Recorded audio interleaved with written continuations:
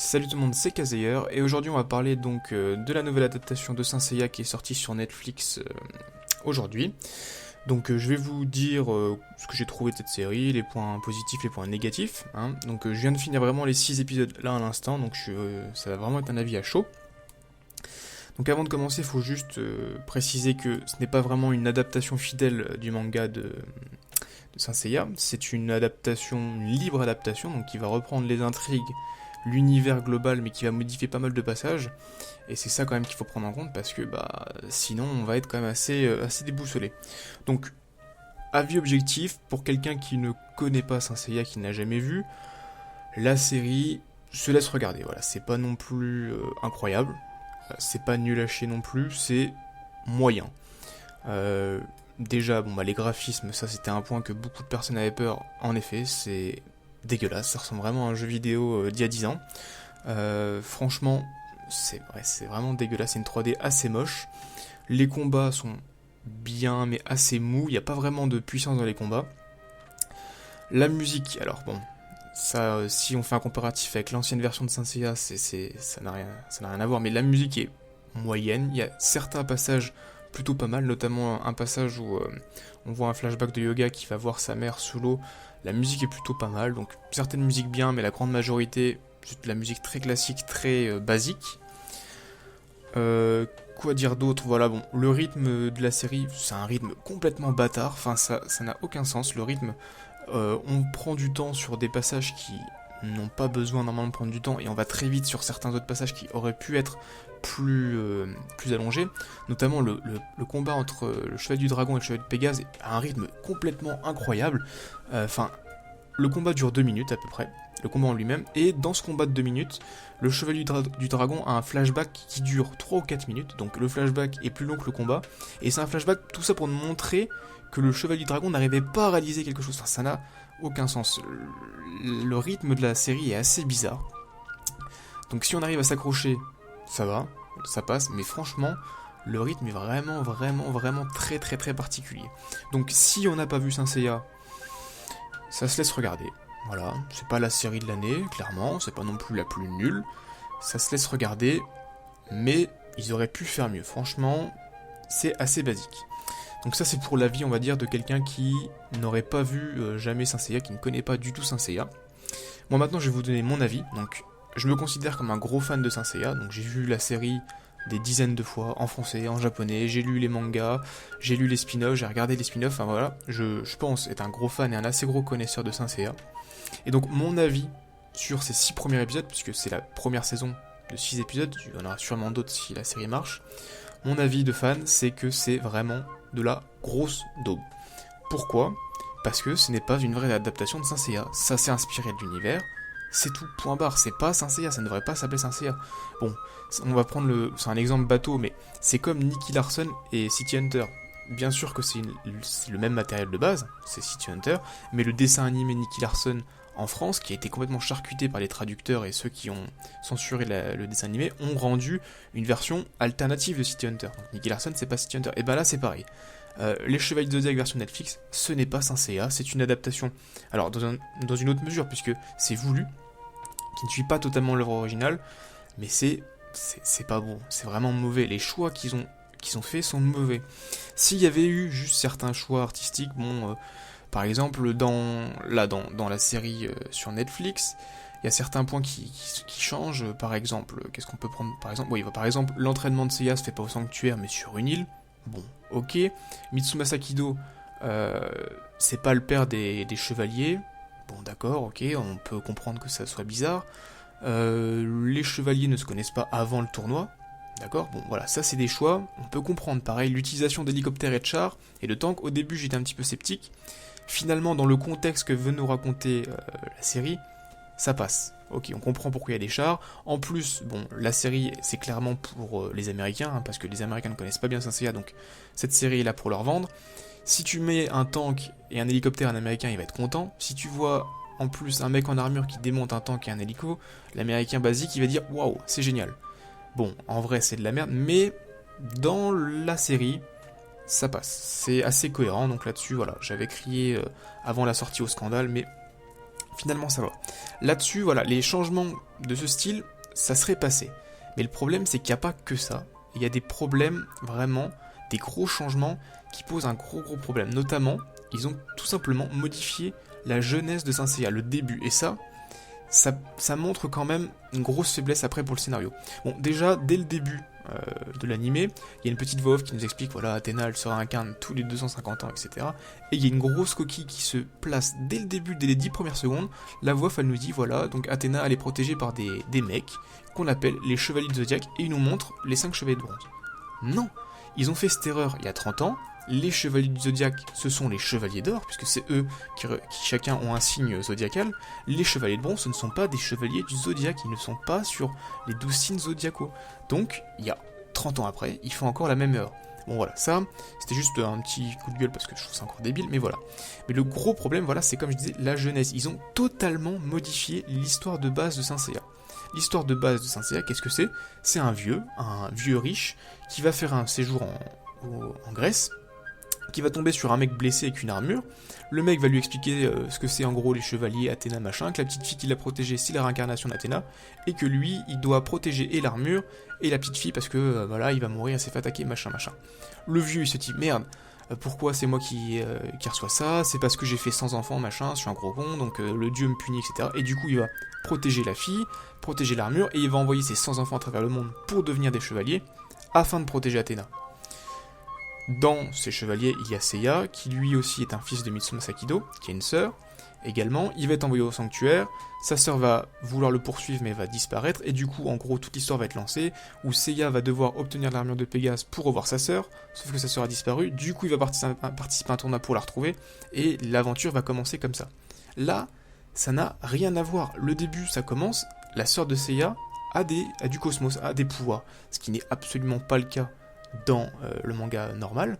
Donc elle se fait kidnapper, elle se fait attaquer par des militaires, on saura après pourquoi, et elle est sauvée par le chevalier d'or du lion qui l'emmène au sanctuaire. Donc le début déjà de base, ça coïncide pas, ça marche pas. En plus de tout ça, dès le début, dans l'épisode 1, Mitsuma Sakido est encore vivant, et c'est lui qui va nous expliquer en gros tout le contexte de l'œuvre. Et là, en fait, on est parti, ça se voit que les auteurs connaissent vraiment Saint Seiya, pas que le manga, vraiment l'univers global avec les spin-offs, etc. Ils vont un petit peu piocher des idées un petit peu partout, mais le pitch de Mitsuma Sakido qui va expliquer en gros le contexte à Seiya, c'est du n'importe quoi, franchement, c'est du n'importe quoi. Il va lui expliquer en gros que, déjà, à Aiolos, ils n'ont pas trouvé au sanctuaire, ils l'ont trouvé sur une île. Bon, ok, pourquoi pas, parce qu'en fait, tout le sanctuaire va être, on va dire, caché, faut passer par une île, on comprend pas trop pourquoi. Donc Mitsuma Sakido a un ami avec qui ils ont créé une société, et ceux qui vont trouver Aiolos et Athéna et l'armure d'or. Apparemment, Aiolos est blessé, il peut même pas leur parler, et il va en fait leur transmettre avec son cosmos une espèce de prophétie. Voilà, là on est parti dans le truc n'importe quoi, une prophétie, ça n'a pas lieu d'être dans Saint Seiya, et la prophétie leur explique en gros que la petite fille c'est Athéna, qu'elle doit protéger normalement les humains de Hadès et Poséidon, pourquoi que les deux là on sait pas, normalement c'est tous les dieux de l'Olympe, ok, et que en gros dans cette prophétie ça nous explique, c'est un petit peu un spoil, donc voilà, de toute façon si vous regardez cette vidéo c'est que vous avez soit regardé soit vous voulez regarder, donc voilà c'est un petit spoil mais gentil. Ça va nous expliquer en gros que Athéna, cette réincarnation d'Athéna, ne va pas réussir à sauver les humains d'Hadès et Poséidon. Donc déjà, ça n'a aucun sens. Pourquoi cette prophétie a lieu? Comment il le sait? On ne sait pas. Et il va donc confier l'armure d'or et Athéna à Mitsuma Sakido pour qu'il la protège, etc. Du coup, Mitsuma Sakido, il va chercher à travers le monde plein de jeunes gens qui maîtrisent un cosmos, qui ont l'air d'avoir des pouvoirs, pour les envoyer sur différentes îles, afin qu'ils obtiennent des armures de bronze pour protéger Athéna, et là ça reprend, on va dire, le fil conducteur basique de Saint Seiya. Mais le problème de ça, c'est qu'il va expliquer ça à Pégase en lui disant « Toi, t'es le chevalier de Pégase », donc il le sait pas encore, puisqu'il n'a pas encore resté sur l'île pour s'entraîner pour avoir l'armure, mais ils savent déjà que c'est lui le Pégase, que c'est lui qui va sauver le monde, etc., parce qu'il lui dit « Eh ben j'ai vu dans la prophétie que c'est toujours Pégase qui sauve Athéna, donc t'es le meilleur, etc. » Ça n'a pas de sens d'expliquer ça dès le début du manga, parce que dans l'œuvre originale, ça c'est un point qui intervient à la toute fin, dans le combat final contre Hadès, alors que Seiya, donc le chevalier de Pégase, arrive à blesser Hadès, Hadès va lui dire « Mais oui, je me rappelle que depuis les temps mythologiques, c'est toujours le chevalier de bronze de Pégase qui sauve Athéna, qui me fait chier, etc. » Et ça va être une idée qui va être vachement reprise dans Saint Seiya Lost Canvas, où dès le début de Sastios Canvas, on va dire ouais le chevalier de Pégase il est toujours proche d'Athéna, c'est toujours lui qui la sauve, etc. Et ça dès le début du manga, c'est balancé comme ça, c'est Pégase le sauveur. Alors ça peut être une bonne idée, parce que comme ça, le mec qui ne connaît pas du tout Saint Seiya qui regarde, il se dit ouais ok c'est important, c'est lui le héros, c'est ça qui va se passer, etc. Mais c'était quelque chose qui était cool dans Saint Seiya, parce que c'était expliqué à la toute fin. On se disait, le mec il s'est dépassé et tout, il veut sauver la fille, et en fait on se rend compte qu'ils avaient une connexion depuis le début, que tout était lié. Et du coup ça casse un petit peu ça, le côté un peu... et ben le héros, c'est un héros malgré lui en fait. Là on le dit en fait, c'est ta destinée, c'est comme ça, c'est un peu le syndrome Naruto. Au début de Naruto, voilà, c'était pour montrer que tout le monde pouvait devenir fort, et à la fin on dit en fait t'es une réincarnation de machin, et ben là c'est pareil, on lui dit écoute tous les Pégases ils font ça, donc tu vas la sauver, et puis c'est tout, tu fermes ta gueule. Et ça je trouvais ça un petit peu dommage, c'était un peu mal expliqué en fait. Autre gros changement problématique, bon, déjà les armures qui sont dans des pendentifs, bon, ça va encore parce qu'en fait, il y a les boîtes qui se transforment en pendentifs, qui se transforment en armure, bon, c'est juste pour faciliter le transport, ça va encore. Mais l'autre gros problème, c'est encore la transformation de Shun en femme. Alors, j'avais peur que vraiment le personnage soit complètement modifié. Ça a été. En gros, si vous voulez, c'est exactement le même personnage que dans l'œuvre originale, donc un personnage qui fait un petit peu fragile, qui a pas envie de se battre, etc., un peu pleurnichard, sauf que lui que soit un homme, ils l'ont mis en femme. Alors, ce qui était bien dans Saint Seiya, c'est qu'on voyait quelqu'un d'un peu pleurnichard qui ne voulait pas se battre, et qui en fait était très fort, ça montrait qu'en fait c'était pas parce qu'on était doux, qu'on était gentil, qu'on était forcément quelqu'un de faible. Le problème ici, c'est qu'on a mis une femme, et en gros, on est en train de dire aux gens, eh ben regardez, c'est une femme, donc c'est pour ça qu'elle pleurniche, c'est pour ça qu'elle est faible ou fragile, mais en fait elle est forte. C'est débile parce que tu veux quand même montrer l'image stéréotypée d'une femme faible. Ça n'a aucun... C'est débile. Autant garder l'idée que le mec ressemble à une fille fragile, etc. et qu'on lui montre après qu'en fait il est fort. Ça cassait vraiment l'image de l'homme, on va dire, qui ne voulait pas se battre. Donc tout le côté un petit peu qui dénonçait le fait que c'est pas que les mecs virils qui sont forts. En fait, n'importe qui a le droit d'être comme il veut, parce que ça ne veut rien dire, ce n'est pas l'apparence qui compte. Et ben tout ça, ça a été enlevé au profit de... bah c'est une femme faible, mais regardez, elle est pas si faible que ça. Je comprends pas, il y avait des personnages féminins très forts comme Marine et Shaina déjà dans le manga de base, ça n'avait servi à rien de rajouter ça. Surtout qu'en plus, ils ont totalement zappé le fait que les femmes normalement portent un masque. La seule femme qui porte un masque dans cette série pour l'instant, c'est Marine. Shaina, elle a pas un masque, elle a un espèce de maquillage sur la tronche dégueulasse, on ne sait pas pourquoi, ça n'a aucun sens. Shun non plus n'a pas de masque. Donc voilà, c'est pas expliqué, normalement dans Saint Seiya les femmes doivent porter un masque pour cacher leur féminité parce que c'est normalement les chevaliers ne peuvent être que des hommes. Là non, c'est en gros on s'en bat les couilles, ça n'a pas été expliqué, donc ils ont enlevé des pans complets assez importants quand même de l'histoire, puisque dans l'œuvre originale, Seiya casse le masque de Shaina et du coup c'est pour ça qu'elle veut le tuer, parce que si un homme chevalier voit le visage d'une femme chevalier, elle est obligée de le tuer, ou alors de l'aimer, etc. Enfin bref. Donc ça, franchement... complètement débile aussi. Les premiers épisodes sont un petit peu lents, l'animation elle est un petit peu dégueulasse, on va pas se le cacher. Les attaques elles font un peu en carton-pâte, surtout l'attaque de Seiya. Alors les météores de Pégase, quand ils tapent un hélicoptère, quand les météores tapent un hélicoptère, ça fait un petit poc poc poc poc poc dégueulasse. On a l'impression que le mec balance des balles de tennis. Ça ne rend absolument pas hommage à l'œuvre originale. On n'a aucune puissance dans les attaques. Les animations sont un petit peu basiques. Le seul, vraiment, en fait, l'opening au début, on voit des animations qui sont méga stylées. Il y a d'ailleurs un petit combat, on voit les quatre chevaliers de bronze qui attaquent les soldats du sanctuaire, et il a une animation en plan séquence absolument sublime. Et ben ça reflète absolument pas les combats de l'animé. Voilà, regardez juste le combat de l'opening. En plus, l'opening est pas trop dégueu. J'avais un petit peu peur parce que c'est l'opening de base, mais chanté en anglais. Donc la musique et le rythme restent le même, ils ont pris une voix qui ressemble un petit peu, donc en vrai, on a quand même les petits frissons de l'opening, même s'il est moins bien que l'original, puisque voilà, l'original est indétrônable. Mais l'opening globalement est bien, les animations sont bien, et si vous voulez un vrai combat, et ben vous regardez l'opening, et vous aurez pas de meilleur combat dans tout l'animé, et ça c'est un petit peu triste. Les premiers épisodes sont assez bien, enfin le 1 en gros ne sert à rien, puisqu'ils expliquent des trucs à la con qui normalement auraient dû être expliqués au fur et à mesure. L'épisode 2, 3... c'est l'épisode 1 et 2 de la série originale. Ensuite, ils vont tout condenser, le tournoi, là. Normalement, c'était un tournoi mondialement connu, enfin mondialement diffusé, et là, ça va être un petit tournoi caché dans un désert, enfin ça... Ils ont enlevé tout le côté grandiose, en fait, de l'animé, pour ne garder que la trame principale, et ils ont rushé, parce que 6 épisodes pour faire ça, c'est hyper rapide. Franchement, c'est rushé comme pas possible. Ensuite, l'épisode 4 et 5 sont un petit peu poussifs, sont un petit peu lents, ça explique pas grand chose, c'est un petit peu chiant. Il y a juste le dernier épisode, le 6ème, qui est un petit peu au-dessus du lot, donc c'est le combat final entre Ikki du Phénix et les Chevaliers de Bronze.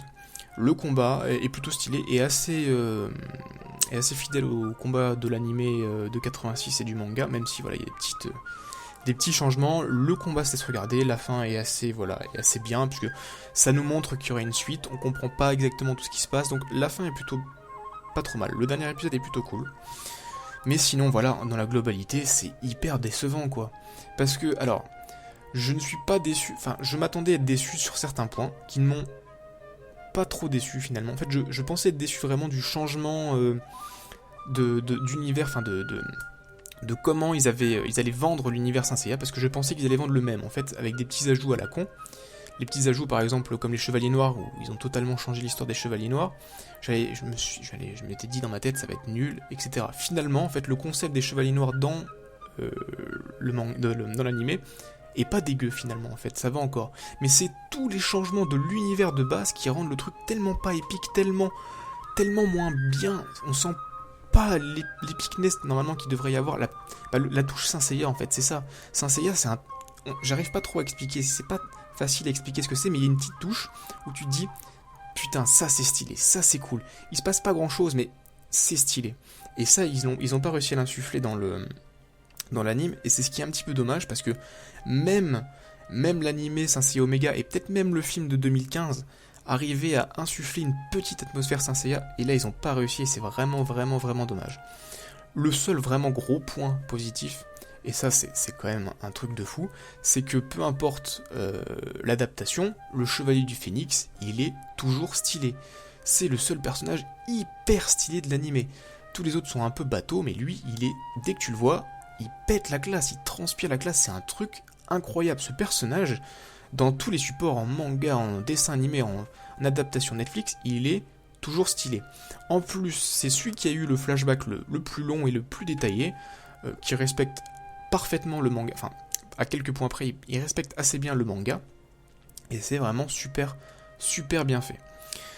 Bon, en gros, l'animé est moyen, voilà, il est vraiment très moyen, surtout qu'il pioche des inspirations d'un peu partout, du manga, de l'animé, d'autres séries, notamment Los Canvas, sur le fait de dire que Pégase, machin, il est très important, il est toujours contre Hades, etc. Donc, pour une personne, on va dire, qui n'a jamais vu Saint Seiya, ou qui a déjà vu mais qui n'est pas forcément fan, ça se laisse regarder, c'est une série, voilà, vous allez la regarder en une journée, 2 journées, ça va soit vous plaire, soit pas vous plaire, mais voilà, ça va pas rester dans les annales, c'est tranquille, l'été, vous regardez ça en buvant un petit coup, ça passe. Par contre, pour un fan absolu, franchement, ne le regardez pas parce que vous allez être déçu. Vous attendez en gros, à l'animé de 86 en plus beau. Non, c'est une nouvelle adaptation, et je trouve que cette adaptation-là, c'est en deçà de ce qui était fait en 86, voilà. Ils ont pris...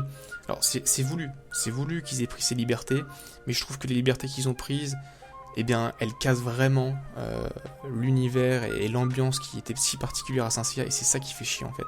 C'est qu'on retrouve pas les sensations qu'on avait en lisant le manga, ou en regardant l'animé de 86.